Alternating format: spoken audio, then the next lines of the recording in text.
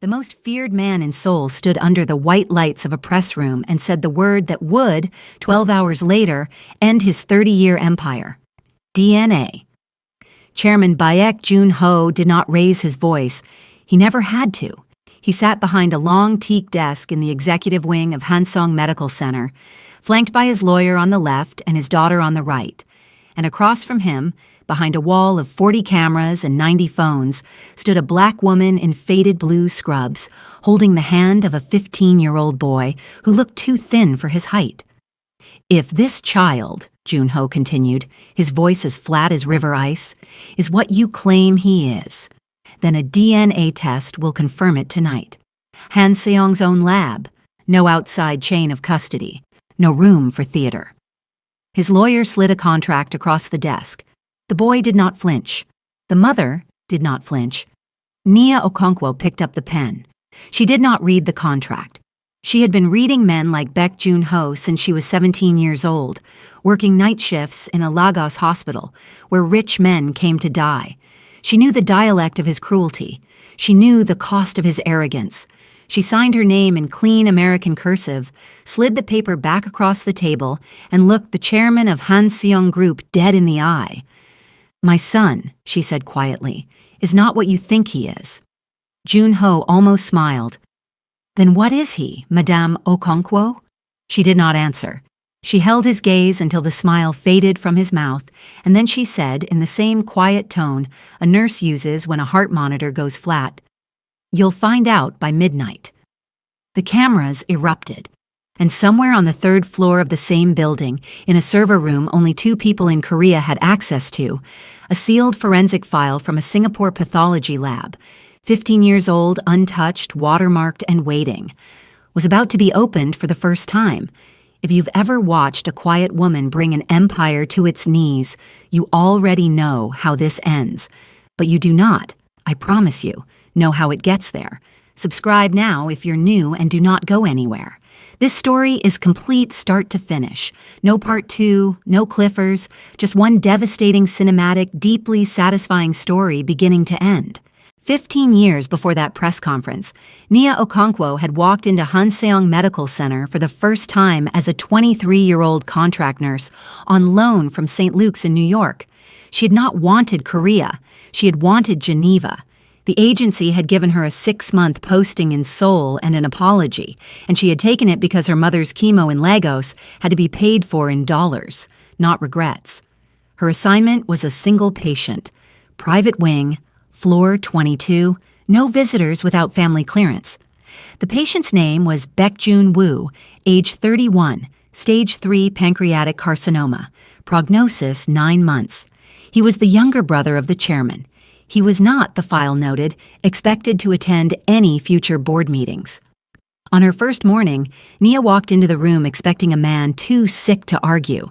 She found instead a man sitting cross-legged on the floor in silk pajamas, reading a worn paperback of The Brothers Karamazov in English, drinking coffee that he absolutely was not supposed to be drinking. He looked up. "You're the American." "Nigerian American." "Forgive me. The Nigerian American."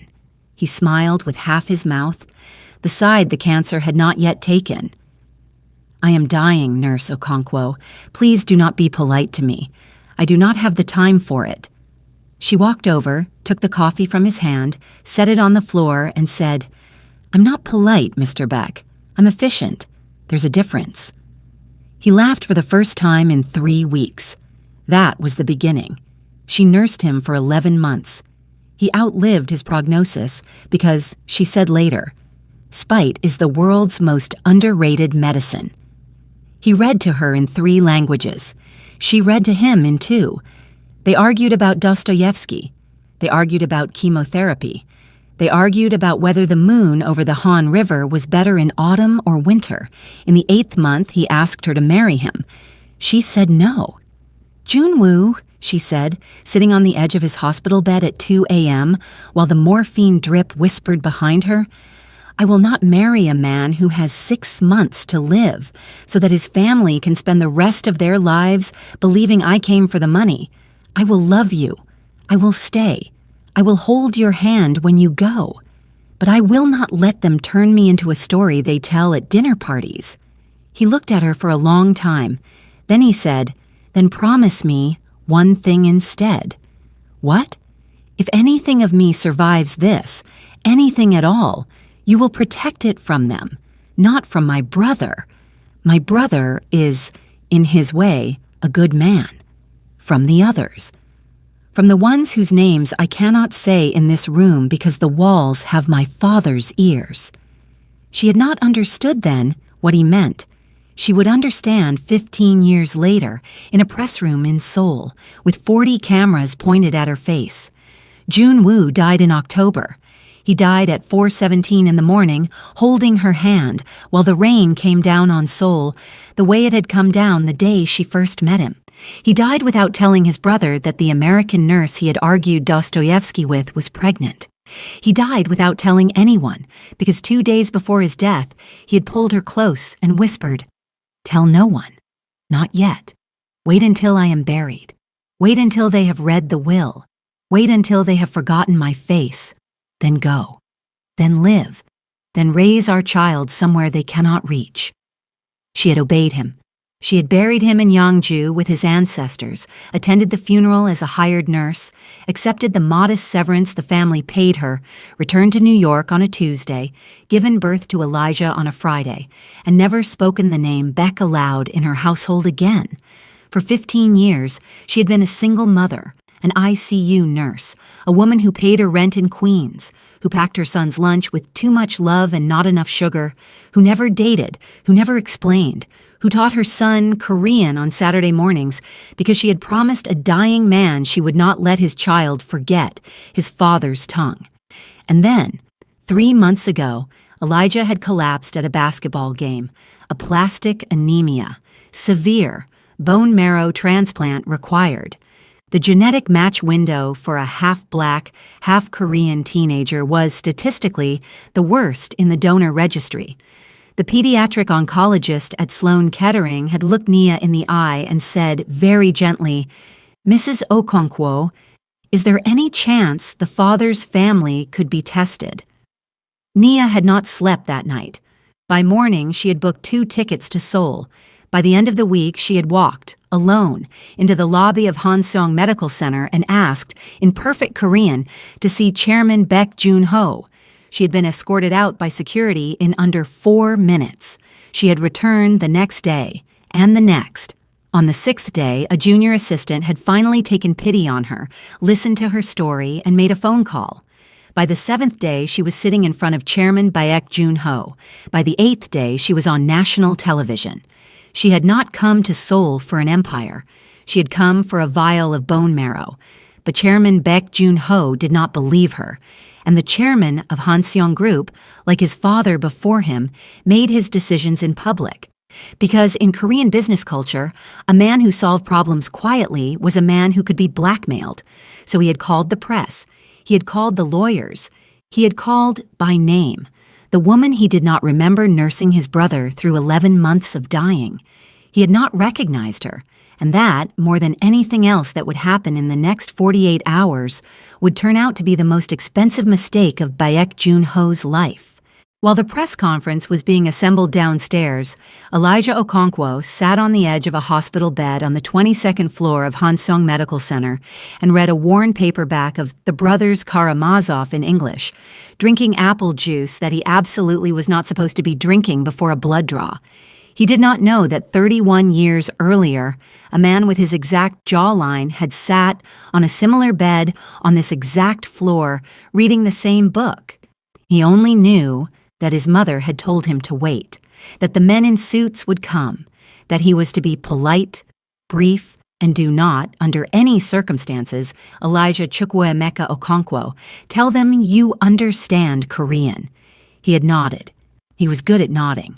He was 15 years old, 6'1". 2 months out from a basketball season, he was no longer allowed to play, and dying slowly of a disease whose name he could spell but not pronounce in front of his grandmother. He had been to 4 hospitals in 3 countries. He had watched his mother smile at doctors and cry in elevators. He had learned the precise difference between adult fear and child fear, and he had concluded at 15 that adult fear was quieter and a great deal more dangerous. Nurse Oh Soon-mi, the head nurse on the floor, came in to check his line. She was 54 years old, had worked at Hanseong for 29 of them, and had been Nia Okonkwo's mentor in 2010. She did not recognize the mother. She recognized the son immediately. She stopped halfway across the room, her tablet suspended in her hand, and stared at Elijah the way a person stares at a face they have not seen in a long, long time. "Young man," she said in slow, careful Korean, "what is your full name?" Elijah, who had been told not to understand Korean, looked at her blankly and said in English, "Sorry, ma'am, my Korean's not great." She studied him for another second. Then she nodded slowly, made a note on her tablet, and walked out. In the hallway, she leaned against the wall, took out her phone, and called the only person in the hospital she still trusted absolutely. "Director Han," she said quietly, "I need you to pull a patient file from October, 15 years ago, room 2207, patient name Baek Jun-woo, and I need the night shift roster for the same room, the same period, all 11 months. The director, who owed Soon-mi her career, did not ask why. She just said, "Give me an hour." Back in the room, Elijah closed his book and turned to the window. From the 22nd floor of Hanseong Medical, you could see the Han River, the Banpo Bridge, and, on a clear afternoon, the faint outline of Namsan Tower. He had been told on the flight over that the city was beautiful in autumn. It was. He had not expected it to be. His phone buzzed. A message from his mother. "Sweetheart, the doctors are going to do a blood draw in about 30 minutes. After that, the test. You don't have to talk to anyone except me, Nurse O, and the technician. If anyone in a suit comes to your room, you call me immediately. Understood?" "Understood, Mom." A pause. "Eli, I love you. Whatever they say in the next 12 hours, whatever the news, whatever the cameras, whatever the noise, you remember one thing. You are exactly who I told you you are. No more. No less. And nobody downstairs gets to rewrite that. Okay?" "Okay, Mom." He put the phone down. He did not, at that moment, fully understand what his mother meant. He would 12 hours later. Because at 9:47 p.m. that night, when the DNA results came back from the Hanseong Forensic Lab, under chain of custody, witnessed by 3 notaries, 2 journalists, and the chairman himself, the technician would walk into the boardroom on the 43rd floor, hand a single sealed envelope to Chairman Baek Jun-ho, and watch a man who had not blinked in a hostile negotiation in 29 years suddenly forget how to breathe. The first line of the report read, "Paternity match to test subject, Baek Jun-ho, 0.00%, negative." The chairman exhaled just slightly. He had been right. The boy was not his. He almost smiled. Then his eyes moved to the second line. "Secondary kinship analysis, run automatically per Hanseong Protocol 14B. Full uncle/nephew relationship detected. Match probability to archived sample. Baek Jun-woo, deceased, 2009, sample on file, 99.97%. Subject Elijah Chukwuemeka. Okonkwo is identified with statistical certainty as the biological son of the late Baek Jun-woo." The room went absolutely silent. Jun-ho read the line 3 times. He set the paper down. He picked it up. He read it again. And in that single expanding silence, with the Han River glittering 43 stories below and the lights of Seoul stretching out to the mountains, Chairman Baek Jun-ho understood, for the first time in his adult life, that he had been lied to about something far more important than business. He had been told 15 years ago that his brother had died childless. He had been told it by the only man in the world he had ever fully trusted. He had been told it by Secretary Yang Tae-woo. And somewhere in the lower lobby of the same building, the woman he had publicly humiliated 4 hours earlier was sitting on a bench, drinking cold barley tea from a vending machine, watching the live news feed on her phone, and waiting, without a single hair out of place, for the chairman of Hansong Group to call her. She knew he would. She had timed her entire 15 years for this exact phone call. The first call came at 10:14 p.m., not from the chairman, from Counsel Lee Hyun-jin in Singapore. Madame Okonkwo, the results are now public. National news broke them 8 minutes ago. As we discussed, I have authorized the release of the secondary package to Han Seong's legal team. They will receive it within the hour. Are you ready? Nia took a small sip of barley tea. Send it. Madam, once we send it, there is no recall. Send it, Counsel. Yes, ma'am. She set the phone down on the bench, folded her hands in her lap, and watched the lobby of Hanseong Medical Center. Gleaming marble, soft jazz, the smell of expensive lilies, the way a sailor watches the horizon before a storm. 15 years ago, 3 days before she had left Seoul forever, she had done something Jun Woo had begged her to do. He had asked her, in his final week, to take a sample of his blood, drawn by her own hand, not by the hospital's official phlebotomist, and send it in a sealed cooler to a private pathology lab in Singapore he had identified by name. He had not explained why. She had asked. He had said, "Because if I am right, and I die the way I think I am going to die, the only proof will be in my blood, and the only hand I trust to draw it is yours." She had drawn the blood at 3 a.m. on a Tuesday.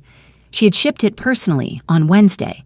She had received a confirmation of receipt from Counsel Lee Hyun-jin on Thursday, a man Jun Woo had retained in secret 6 months earlier for exactly this purpose.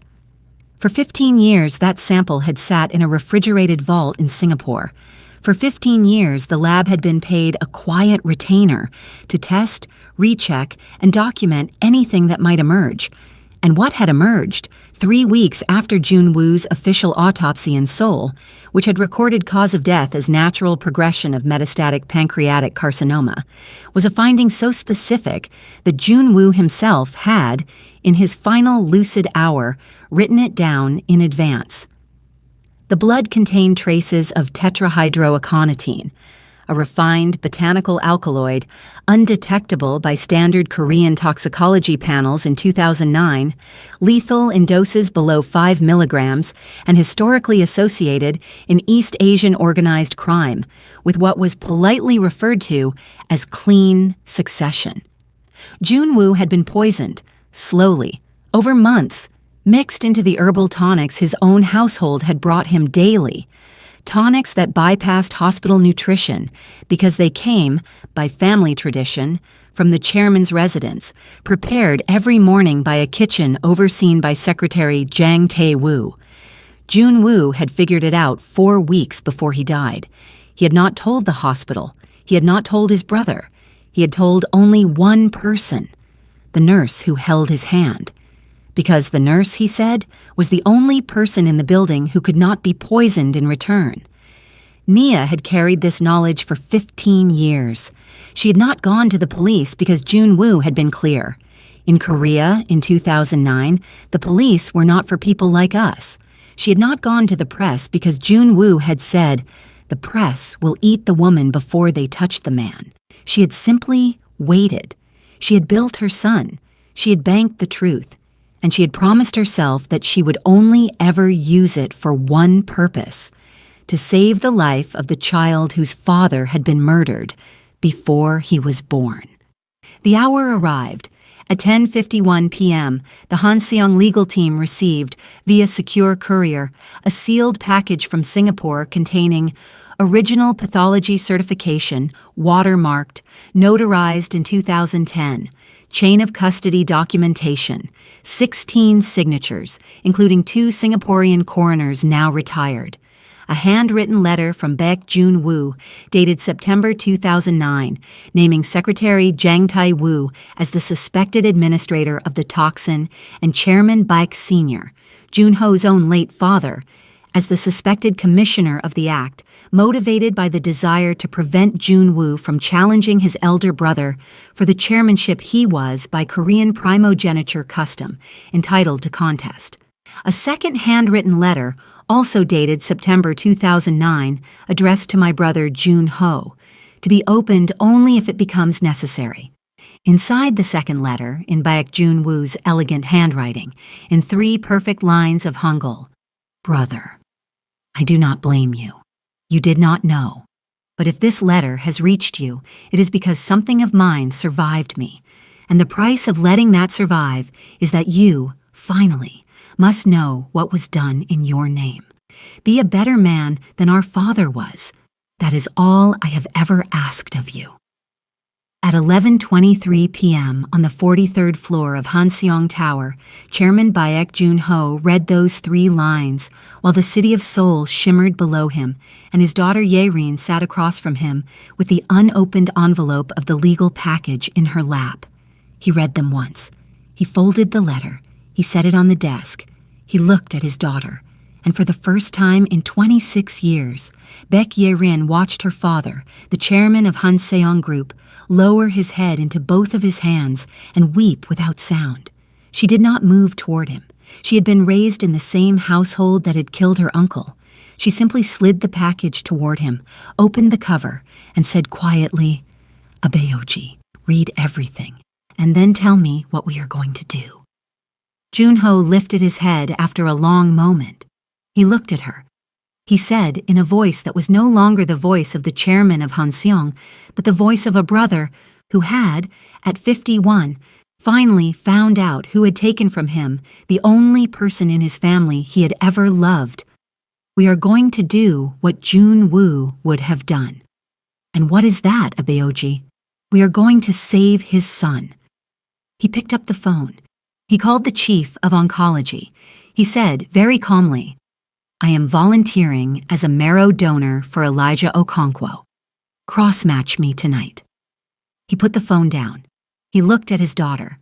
Then he said in the quietest voice he had used in 30 years, "And then, my child, we are going to bury Jang Tai-woo, legally, publicly, so that every executive in this country knows what happens to a man who poisons a son of the Baek family in his employer's name." He turned his chair to the window. He looked at the city he had inherited on a lie, and somewhere on the second floor of the same tower, a black woman in faded blue scrubs answered her phone after a single ring, listened for 40 seconds, and said only, "Tomorrow, 10 a.m., the visitors' lounge on the 22nd floor. My terms. Bring your daughter. Do not bring lawyers." She hung up. She did not cry. She had used up her crying 15 years earlier in a small apartment in Queens, holding a newborn boy with his father's eyes, alone. She had no tears left for Baek Jun-ho. She had only terms. Quick pause for 1 second. Tell me in the comments, if you were Nia, would you have waited 15 years to use that letter? Or would you have burned the whole empire down the day after the funeral? Be honest, no wrong answer. I read every reply. At 9:58 the next morning, Chairman Baek Jun-ho, dressed in a plain gray suit without a tie, a deliberate choice he had not made in public in 17 years, walked into the visitors' lounge on the 22nd floor of Hanseong Medical Center, alone, except for his daughter. Nia was already there. She had taken the corner table by the window, 2 paper cups of vending machine barley tea, a small plate of supermarket rice cakes, a folder closed on the table between them. She did not stand. She gestured to the 2 empty chairs. 20 minutes, she said in Korean, fluent and unaccented. The chairman, who had been told in his life by exactly 4 people what to do, his father, his late mother, his late wife, and his daughter, felt for the first time a 5th voice enter the list. He sat. Ye-rin sat beside him. "Madame Okonkwo," he began in Korean. "Nia," she corrected him quietly. "We are past surnames." "Nia, before I say anything else, I owe you—" "Stop." She held up one hand, palm out. I did not come here for your apology. I have lived without it for 15 years, and I will be fine living without it for 15 more. We will discuss the apology if we discuss it at all after my son is alive and discharged. Until that day, you and I have a transactional relationship. Are we clear? Clear. Good. She slid the folder across. These are the terms of contact. Read them in full before you speak again. He opened the folder. Inside were 8 pages.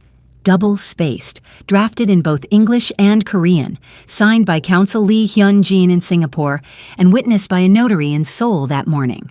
Article 1. Medical Cooperation. Chairman Baek Jun-ho would undergo immediate haplotype cross-matching.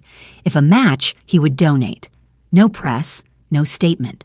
The donation would be recorded as anonymous in the hospital register under standard donor protection protocol. The boy would never be told by anyone in the Baek family that the marrow had come from his uncle. Not until he was 21, not until he was ready, not unless he asked. Article 2, Identity. Elijah's surname would remain Okonkwo. His passport would remain American. His mother retained full and sole legal guardianship. The Baek family relinquished in writing any claim to custodial influence, naming, education, or residency for the duration of Elijah's minority. Article 3. Inheritance. The 30% equity stake in Hanseong Group that had been earmarked in 2008 for Baek Jun-woo, and that had been quietly absorbed into the chairman's personal holdings upon his brother's death, would be transferred in full into a blind trust in the Cayman Islands, with Baek Yeren as sole trustee, Counsel Lee as co-trustee, and Elijah Okonkwo as sole beneficiary at age 25. No earlier, no later. Distributions would be paid into a trust account in New York for medical, educational, and humanitarian purposes only until the beneficiary reached majority. Article 4. Accountability. Secretary Jang Tae-woo would be terminated from Hanseong Group within 72 hours and referred to the Seoul Central District Prosecutor's Office under a sealed complaint to be drafted by Counsel Lee. The chairman would not protect him. The chairman would not negotiate with him. The chairman would not, under any circumstances, end Jang Tae-woo's life through any means, direct, indirect, accidental, or ironic. Mr. Baek, you do not get to be both the brother of a murdered man and the man who erases his murderer. You get one role only. Choose carefully. The chairman read Article 4 twice. He looked up. You think I would? I think, Nia said gently, that you were raised by your father, and I would like you, in this one matter, to be raised instead by your brother. Sign. He signed. Article 5. Contact.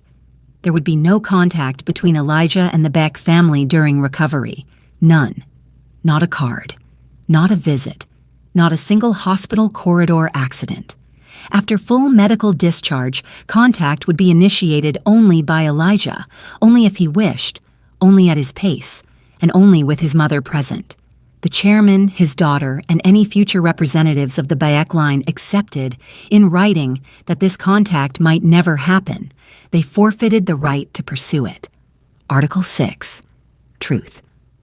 Elijah would be told in his own time by his mother only the full story of his father. Not the chairman's version, not the family's version, hers. The chairman would provide, on request and without editing, any documents, photographs, or letters of Baek Jun-woo's that remained in family possession.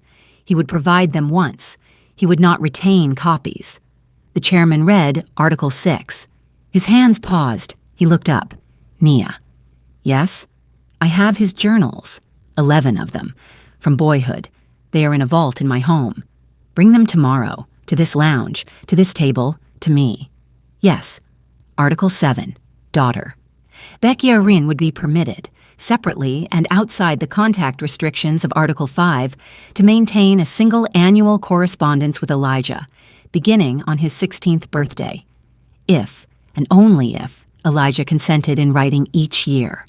She would, by the terms of Article 3, also serve as his trustee. Ms. Baek, you did not kill my husband.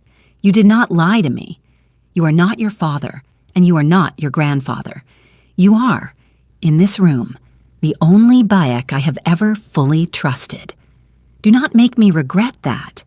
Yerin, who was 26 years old and who had grown up believing herself the only Bayek with a conscience, signed her name very slowly. She did not look up until she was finished. Article 8. Closure. On the day Elijah was medically discharged, this folder, in all originals and copies, would be sealed by Counsel Lee in Singapore. It would not be opened again unless a party violated a term, in which case the package, including the Singapore pathology certification, the handwritten letters of Baek Jun-woo, and a full audio-video record of this morning's meeting, would be released to 4 international press outlets simultaneously, none of them Korean, all of them already paid in advance. The chairman read Article 8. He nodded once. He signed. Naya gathered the folder. She did not smile. She did not stand. She slid one of the paper cups of barley tea toward him. "It's lukewarm," she said quietly, "but it's free. Drink it. You have a long day ahead." He picked up the cup. He drank. It was the first thing he had eaten or drunk in 20 hours.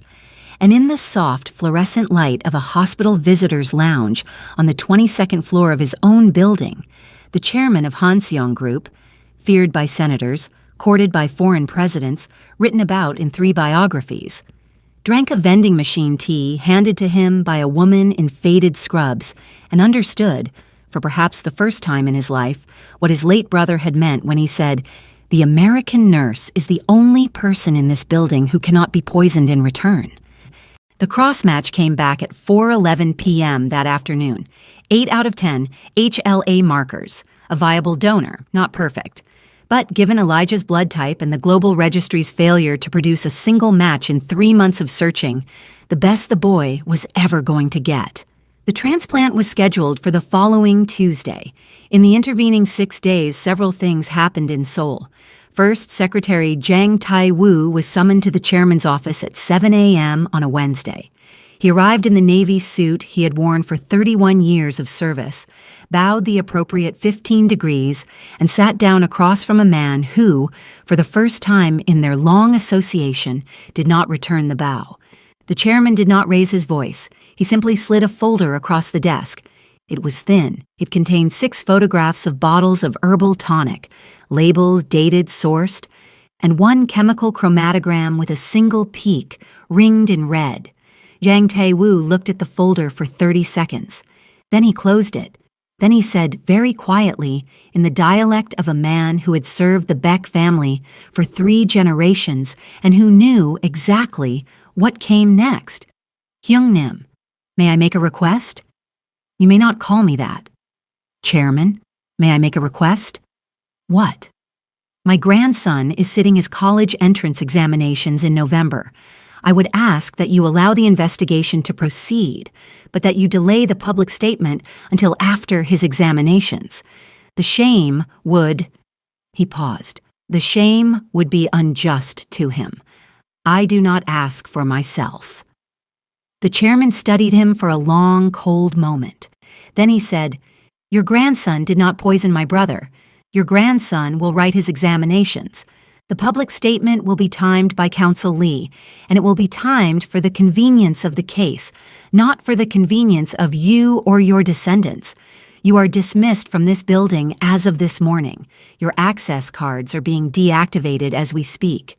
You will surrender all family documents in your possession within 48 hours. You will not contact me, my daughter, or any member of this office again.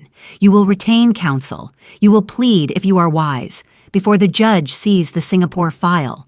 You will not, under any circumstances, see the inside of my brother's tomb again.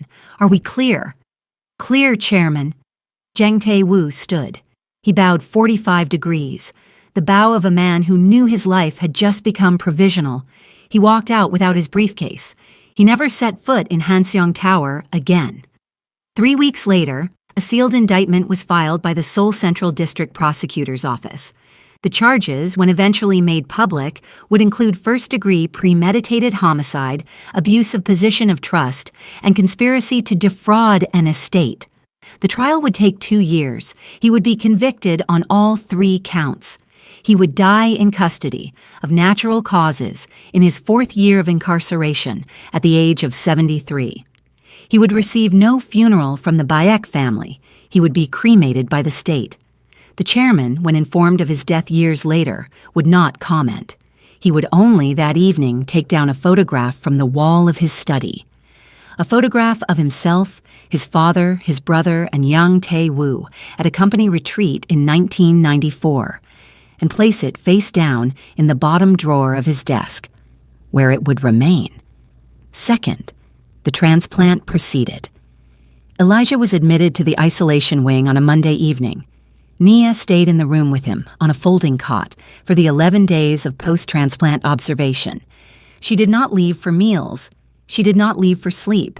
She did not leave for the press, who, despite the chairman's best efforts, had begun camping outside the lobby with telephoto lenses. The chairman donated his marrow at 6 a.m. on Tuesday under a pseudonym in the hospital's anonymous donor program. He was discharged 6 hours later. He went home. He slept for 14 hours. When he woke, his daughter was sitting at the foot of his bed. Abeoji. Yes. He's stable. The graft is taking. The doctors say the next 10 days are critical, but the early markers are good. Did you see him? Yes, from the window. He was reading a book. What book? Yerin smiled for the first time in 7 days, a small, exhausted smile. The brothers Karamazov in English. The chairman closed his eyes. He did not speak for a long time. Then he said, "Bring me Junwoo's journals from the vault, all 11. I want to deliver them myself tomorrow. Abeoji. Article 6 says you bring them to her, not to him." "I know what Article 6 says, Yerin. I am bringing them to her. I will not see the boy. I will not speak to the boy.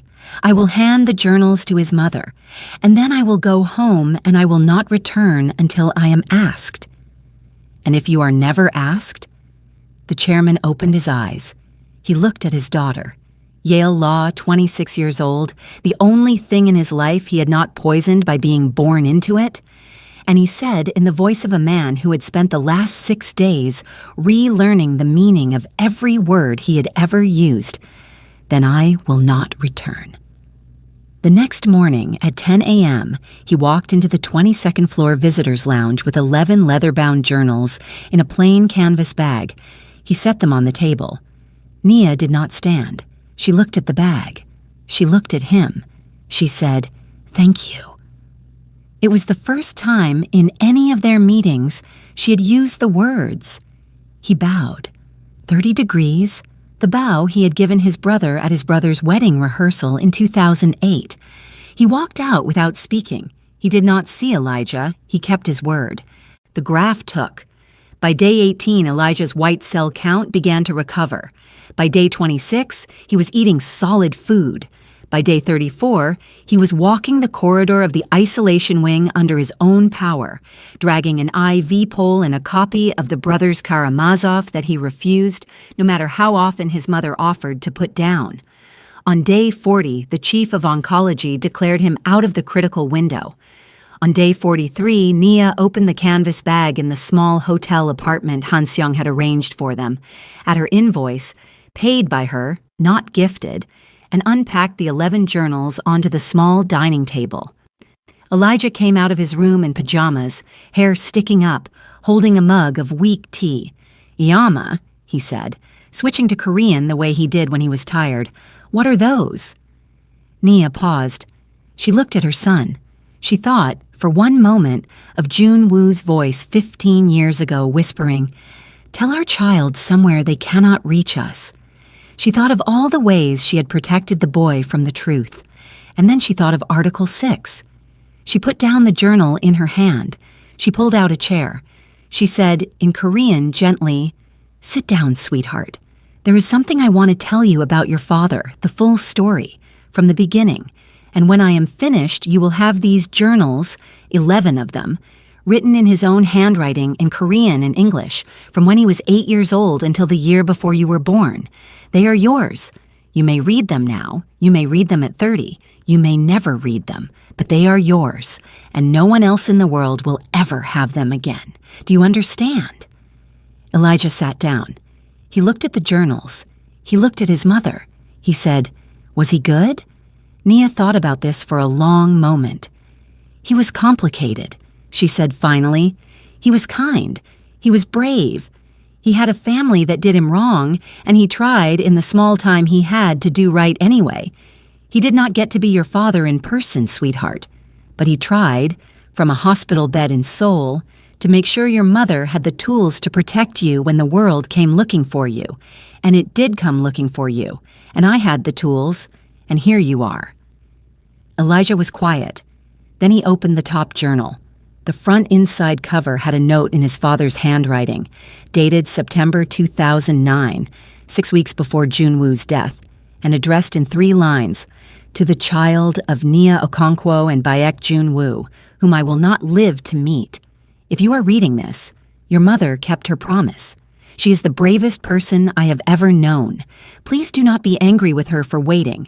She was waiting for you to be old enough to know what to do with the knowledge. There is a difference between hiding a thing from a child and protecting a child from a thing. Your mother did the second. I loved her. I loved you. I love you still from wherever this letter finds you. Appa." Elijah read it. He read it again. He looked up at his mother. He did not cry. Junwoo's son, like Junwoo, did his weeping quietly, later, in a different room. But his eyes filled, and he reached across the table, and he took his mother's hand the way she had taken his father's hand at 4:17 in the morning, in a hospital room 15 years and 1 month ago. He said, "Iama, did Appa have a brother?"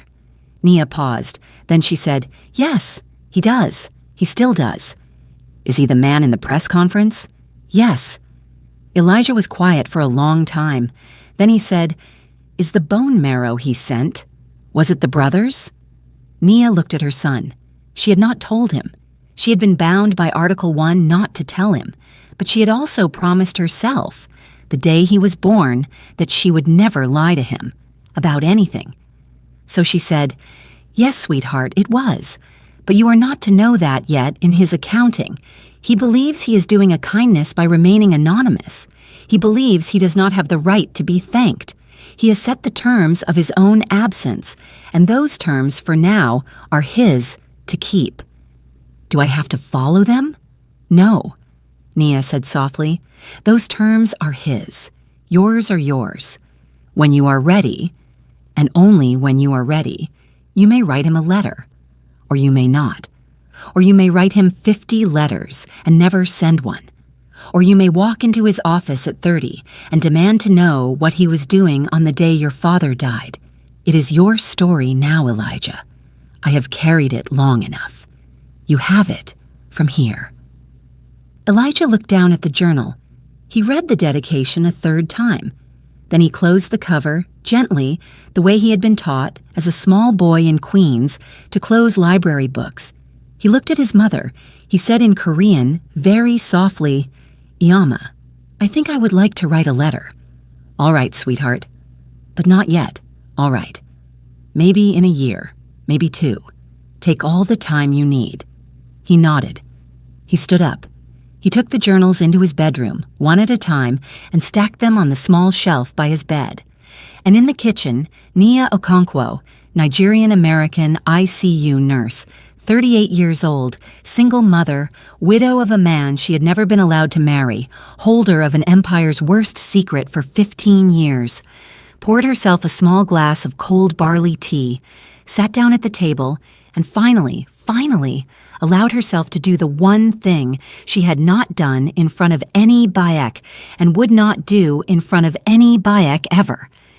She folded her arms on the table, lowered her head onto them, and cried quietly for 90 seconds into the sleeve of her own sweater. Then she stood up. She washed her face. She put on a clean shirt. She walked into her son's bedroom, and she said in English this time, because some things were still hers and hers alone, "Eli, Let's go for a walk. The Han River is supposed to be beautiful in autumn. A year passed. The trial of Zhang Tai-Wu proceeded quietly in Seoul Central District Court. The Singapore evidence held. The conviction came down on a Tuesday. The chairman did not attend. The 30% stake transferred into the Cayman Trust without incident. Baek Ye-rin administered it with the precision of a woman who had learned early what a poorly managed inheritance could do to a family. Han Seung Group, after a brief stock dip following the prosecution announcement, recovered. The chairman quietly stepped back from public-facing duties for 6 months. The market called it stress leave. His daughter, in her unofficial capacity as acting chair, signed 3 of the largest contracts in the company's history. The market began quietly to call her the real one. Elijah finished his recovery. He returned to New York. He started his junior year of high school 6 weeks late, made the varsity basketball team in the spring, and grew 2 inches. He read all 11 journals over the course of the year, slowly, one at a time, some in Korean, some in English. He did not show them to anyone, including his mother. On the first anniversary of his transplant, he sat down at the kitchen table in their apartment in Queens and wrote a letter. It was 4 sentences long. Dear Mr. Beck, I read my father's journals. He loved my mother, and he loved me.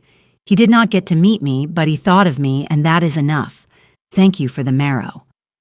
My mother told me, in her own time, I will not call you uncle because I do not know you, but I would like, when I am 18 and I am in college, and I am traveling on my own dime, to come to Seoul and meet you once. Not for the empire, not for the trust, for my father. Because you are the last person who can tell me what he was like as a brother, and I would like to know that from someone who is not my mother before I am too old to ask. If you say yes, write back. If you say no, do not. Elijah Chukwuemeka Okonkwo, age 16, New York. He folded the letter. He addressed it to the Hanseong Tower Executive Office. He paid for the international postage himself. He did not tell his mother. The letter arrived in Seoul 9 days later. It sat unopened on the chairman's desk for 36 hours because the assistants did not know what to do with a hand-addressed letter from New York with no return name that the chairman had given strict instructions not to be filtered. On the morning of the 3rd day, Baek Jun-ho came in early, saw the letter, and recognized the handwriting from the dedication page of his brother's journals. He sat down. He did not open the envelope for a long time. Then he did. He read the 4 sentences. He read them again. He picked up a pen. He wrote a single line of his own, in Korean, because that, too, was a small bow. Yes, whenever you are ready. I will be here. He sealed it. He addressed it himself. He walked it down to the lobby and put it in the International Post, drop himself, the way a man stands at his brother's grave.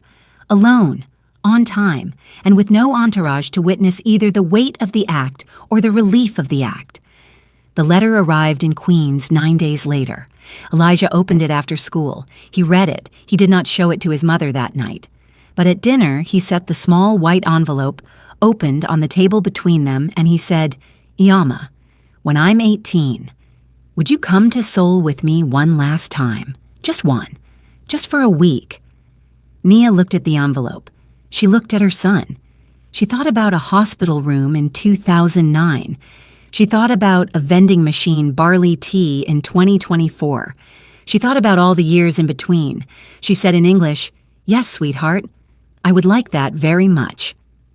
Some stories end with a wedding. Some stories end with a courtroom verdict. Some stories end with a press release. This one ends with a woman, a boy, and a long walk along the Han River on a cool autumn afternoon, 18 months from now, when the boy will be 18 and the woman will be 40, and the city of Seoul will still be standing exactly where it has always stood, gleaming, ruthless, and slowly, learning to make room for the people it once tried to disappear. The chairman will be waiting at a small tea house near Itaewon. He will not stand when they arrive. He will not bow more than the appropriate 15 degrees. He will not, in any way, make it a moment. He will simply pour 3 cups of tea, 2 for them, 1 for the empty 4th chair that none of them will ever speak about. And he will say, very quietly, "Elijah, tell me then, what would you like to know about your father?" And the boy will sit down, and the boy will begin to ask. And somewhere in the city, in a small leather notebook on the 17th floor of a tower, he half owns through a trust he does not yet understand, the last journal of Baek Jun Woo, dated October 12, 2009, will continue to bear in faded blue ink its final line. Some doors take 15 years to open. The ones worth opening always do. If this story moved you, do me one favor. Subscribe to KR Saga Vault. Hit the bell so the next story finds you before the algorithm forgets us. And in the comments, tell me honestly, if you were Nia, would you have used the Singapore envelope on day 1 of the press conference? Or would you have waited, the way she did, until the marrow was in the needle and the boy was on the table? There is no wrong answer. I am reading every single one tonight. Until the next midnight, stay soft, stay smart, and remember that the quietest people in the room are usually the ones holding the loudest envelope.